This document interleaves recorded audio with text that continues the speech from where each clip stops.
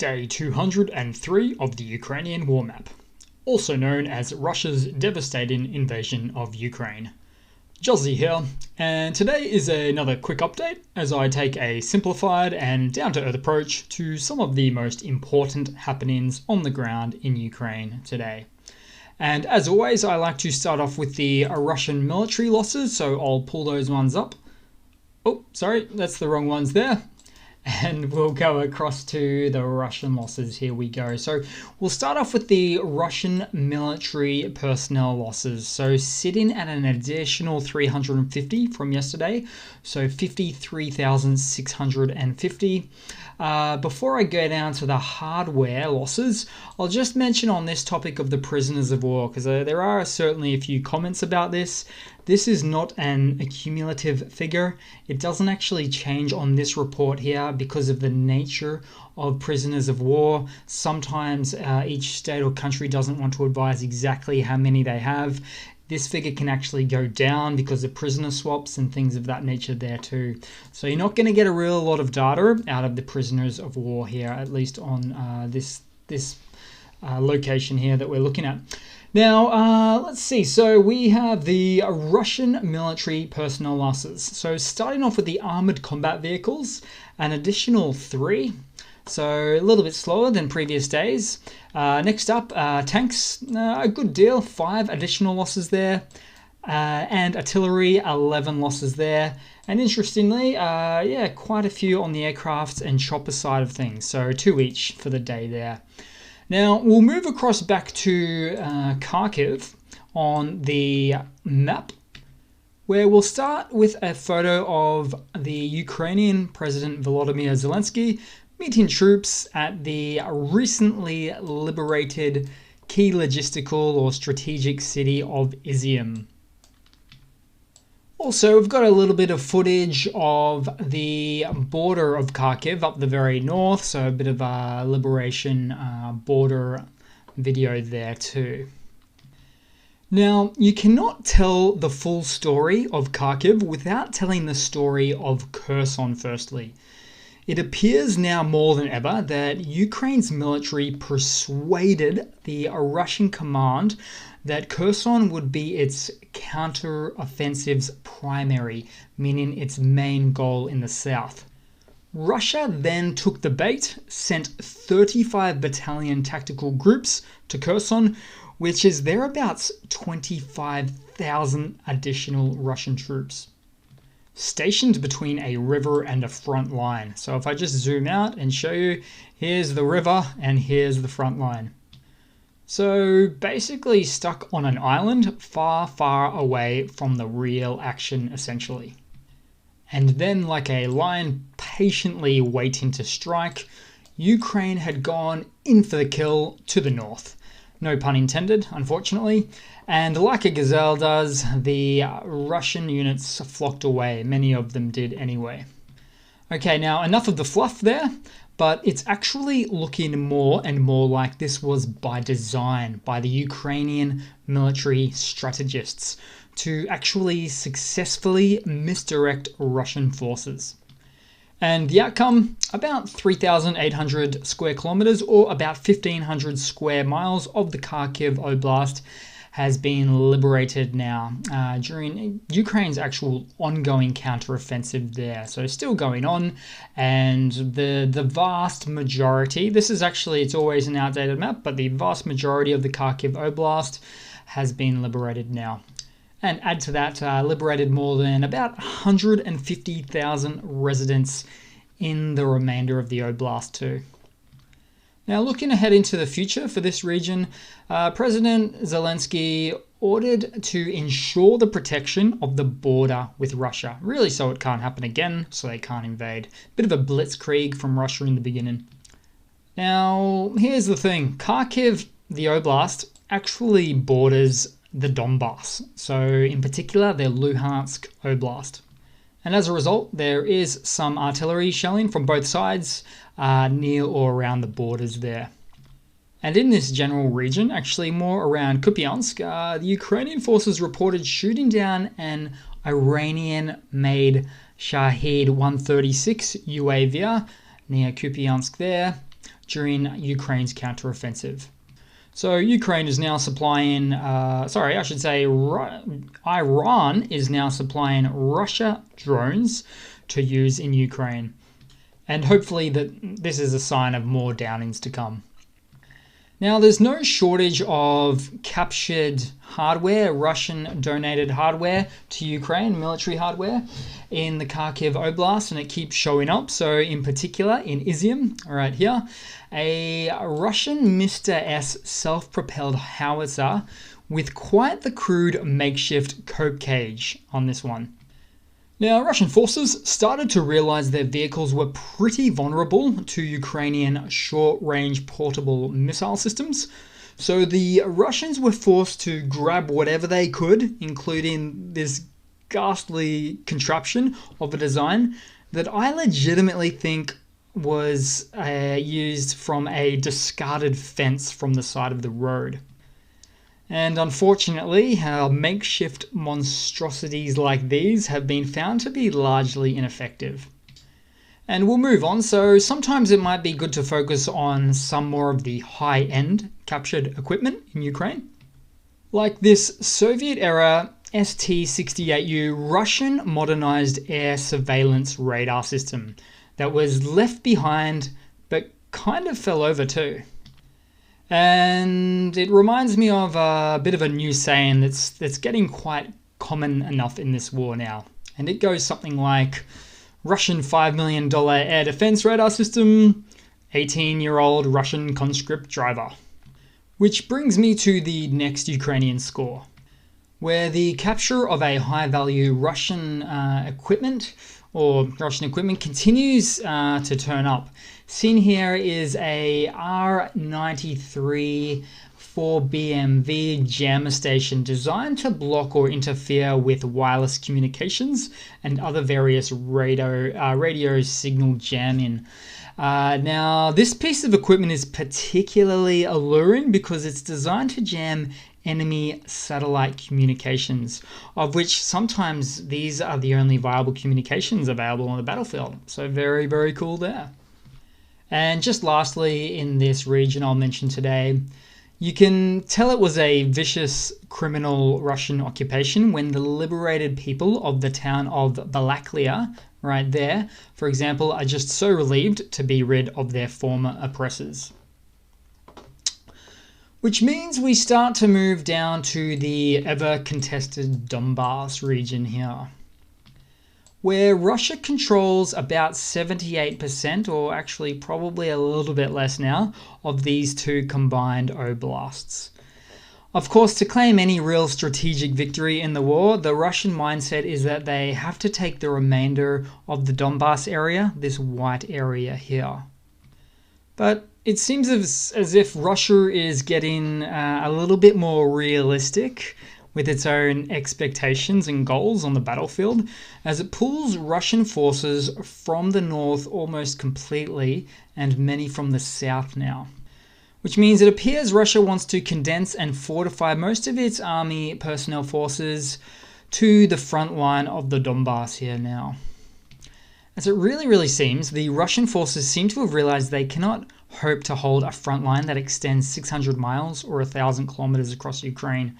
In fact, I dare to say that it's a bit longer than that. In fact, probably a lot longer. It depends how you define the front line. Let's use the ruler here. This will not be exact because of all the crevices. But I would say Sevastopol and Crimea, where there's air defenses going, that is really part of the front line too. So let's give this a red hot go. If I can be just delicate and precise enough with the mouse. Let's go all the way up to Kharkiv and the border. In fact, here's the thing. There's lots of shelling from the Russian Federation over the border here at Sumy and Chernihiv. So let's just keep this basic. And it's probably going to be a lot longer. But here we go, 1,611 kilometers. That's almost exactly 1,000 miles. In fact, the real figure is more closer to, say, 2,000 kilometers. And say that'd be about 1,200, 1,150 miles. Because if I was to actually zoom in, I need to, like I say, go around the crevices more, which I'm just not going to do for the purposes of this video, but just keep it like that. So it's very interesting stuff, really. The whole point of this is that this is spreading Russia's resources quite thin. They may have started to, say, realize this and causing them to pull back to the Donbass to get that simple victory long term, which seems less and less plausible at this point. And never forget, standard offensive, defensive war battle logic dictates the 3-to-1 ratio of needing 3 invading soldiers for every 1 defending soldier. So Russia has been very well reported to have a great deal of manpower shortages. So this is hard for them to muster up as well. Then we'll move across to other areas a little bit further down south. So Zaporizhia, the Zaporizhia Oblast. In Melitopol, the mayor of Melitopol mentioned there were explosions heard at a Russian base here, so in the Russian-occupied region of Melitopol. Now, reports have said that Russia is actually pulling closer to the eastern Donbass area and attempting to reinforce frontline positions closer to this area now, including Tokmak and Polody. So we'll see how that one goes there. Additionally, and somewhat conversely, the mayor of the Melitopol city down here said that columns of Russian military hardware were detected further south and moving further south down to Shonar, a village technically in the Kherson Oblast, but quite south next to Crimea. Now, Shonar, if we zoom in, there we are. So Shonar, it's no stranger to Ukrainian missile strikes, particularly this bridge here of very important strategic value for both sides, really, in a way, because one wants to knock it out and the other one wants to keep it there. And these roads have actually been knocked out or damaged by the Ukrainians about a month or so ago now, and I suspect that's going to happen again. So it's really sometimes one of the few ways from this side of the north to get down to one of the main highways down to the Crimean Peninsula. Okay, then we move to the Kherson region, the Kherson Oblast here. So the Ukrainian aviation crew conducted 12 airstrikes at Russian troops near to the midriff of the front line here in the last 24-hour reporting period. And the air defenses shot down an Su-25, Russian Su-25, and an Su-24 M plane, and 1 helicopter, plus a drone as well. So that's where these figures back here for the day start to add up. This mostly happened on the Kherson front, in fact. Now, this next bit of news always seems like a bit of old hat, or maybe that I'm repeating myself, but heavy explosions were reported in the Kakhovka district here. Now, the Ukrainian military struck the Kakhovka Bridge in Kherson again, halting Russian forces' repairs of the bridge. So what's really happening here is systematic constant strikes from the UAF, so the Russian armed forces, striking out supply lines, command points, and in particular ammunition depots around this area too. And I've said it a few times now in this video, or once in this video and many times in other ones. So we had a whole buildup of Russian forces in this north bank of the Dnipro River. This happened, let's say around end of July, early August, late August as well. So the Russian forces took the bait, believing that Ukraine was having its primary counteroffensive here. And it took a good couple of weeks from a military logistics point of view, in fact, to get the Russians all the way here. So they thought they were going to have a big fight here. They actually took Ukraine at their word and mustered all the forces they could. And then they just were kind of like sitting ducks for 2 different reasons. One, they weren't protecting the north side that's since all but been taken up. And 2, the Ukrainian forces took out the Antonivsky Bridge, the Rail Bridge, the Novokakhovka Bridge, all of that there, really decreasing supply lines from the south to the north to supply these troops, somewhat sort of really stuck on this island of sorts here. Now, it's never always great news. Mykolaiv, for instance, it's Russian. The Russian forces are actually heavily shelling Mykolaiv, particularly overnight last night. Now, there is some technology that can overcome this, such as counter-battery radar detection systems. So they pick up the general coordinates or location of the artillery fired from, let's say it could be fired from the North Bank, but it could also be fired from somewhere along the south bank of the river as well. So 60, 70 kilometers, that sort of thing. So these counter-battery radar systems could actually be used to, and the thing is, Ukraine doesn't have many of them yet.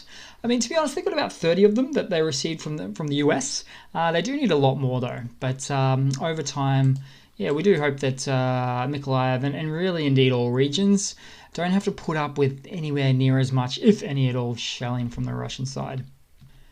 So we'll move down a little bit to Crimea, where there's been a quote-unquote urgent evacuation of Russian proxies, intelligence officers, and military commanders, which is really taking place, the main intelligence directorate said. So basically in the news today, we've got retreaters, Russian forces retreating from the Kherson region, a little bit down south, Melitopol down south, and Crimea. Lots of key individuals moving across to the Russian Federation. So that is sometimes what a withdrawal looks like. It's sort of a pullback from all directions. But probably re-administered sooner or later all to the Donbass region, which is Russia's really probably only hope long term now. Now we'll go to some news. Since the start of the full-scale invasion from Russia into Ukraine since February, the US has actually provided Ukraine with $15.2 billion in military aid. In fact, in total, they've supplied them $40 billion of aid. So about a third of the aid was just military. You would think it was more, but it turned out to be a little bit less. And on the back of that news, the White House stated that US may provide the Ukraine with an additional security assistance package, again within the upcoming days. This happens every week or so though, really. And the governor of Luhansk, in other news, advised that mobile internet has been cut off in this Russian-occupied area of Luhansk. So what actually happened is Russia ordered the local mobile operator to cut the remaining residents off mobile internet for quote-unquote security reasons. Now, this does not look good no matter which way you spin it. So I guess just off the top of my head, we'll start with, call it A. Russian forces don't trust locals giving away Russian positions back to Ukrainians. Which information like this is actually sold back to Ukraine from time to time, particularly from the Luhansk Oblast. I hear the news about more so.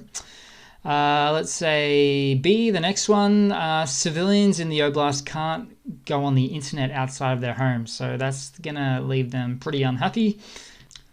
And my next thought would be, this then leads to create further disdain for the Russian forces from the general civilian populace in the region. What are we up to, D or E? It's just such a draconian enforcement of the law. And it's by the Russians, who aren't even meant to be part of the controlling government here, but they are. And I guess lastly for now, I would say also that the Russian forces are scared their bases will be hit. So this is a really big concern for them. I believe I read another reason was not just the security reasons, but preventing of information exchange. So Russia has been sold out before, and they're doing whatever they can to not be sold out again.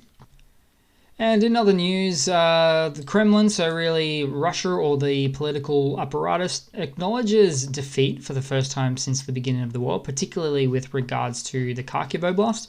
So the Russian defense minister attempted to explain Russia's defeat similarly to the gesture of goodwill, quote unquote, of its withdrawal from Snake Island, or the decision to prioritize the quote-unquote liberation of the Donbass after its defeat around Kiev, but the response faced massive criticism online.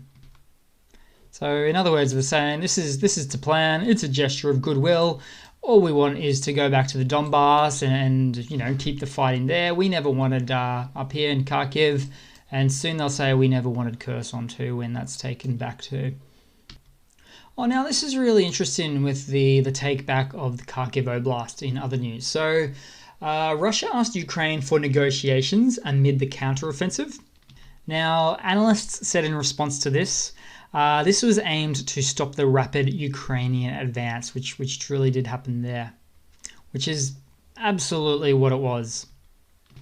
So one Russian military analyst probably said to the other, "We have no defensive power right now in the north of Kharkiv, really close to the Donbass. And, what do we do?" And then another one probably replied, "Well, let's pretend with diplomacy and negotiation talks until we rebuild our strength again." But the world stage has known for quite some time now that Russia cannot be measured by its words, only by its actions. And a bit of a funny to round off the day. So we have here a Russian helicopter struck a pillar of a bridge over in the Dnipro River, which Nazis were actually trying to build during World War II. Then Russia tried to pass it off, this attack off as an attack on barges with actual Ukrainian troops on it. It's like they were trying to show some win in the Kherson region, and that's all they could come up with. So that's some good target practice right there, Rusky. Oh, and there's a couple of quick little lighter side of news things I want to show you. This is just a quick video of Russian forces surrendering to the Ukraine ZSU. It's like a special services unit of sorts, at least in this case, and it's quite somewhat blocked off with the digital pasties of sorts. So we actually don't know exactly where this is yet. It hasn't been confirmed. Probably likely to be in Kherson or the Kharkiv region at this point. And lastly, on the very lightest side of news, some footage here of a Ukrainian teacher is given a warm welcome back by his students after returning to visit from the front line in the war against Russia in Ukraine. So that's just lovely. Good old sight for sore eyes. So that's pretty much it, guys. Thanks for watching. Please leave a comment, subscribe, hit that like button. Don't pay too much attention to the trolls in the comments. They did go away for a few days. They've gone back to their propaganda offices, so to speak, and they've come back with new retorts. They don't normally make sense. They take things out of context, so don't worry about them too much. And I do hope to see all of you guys there in the next one. Cheers.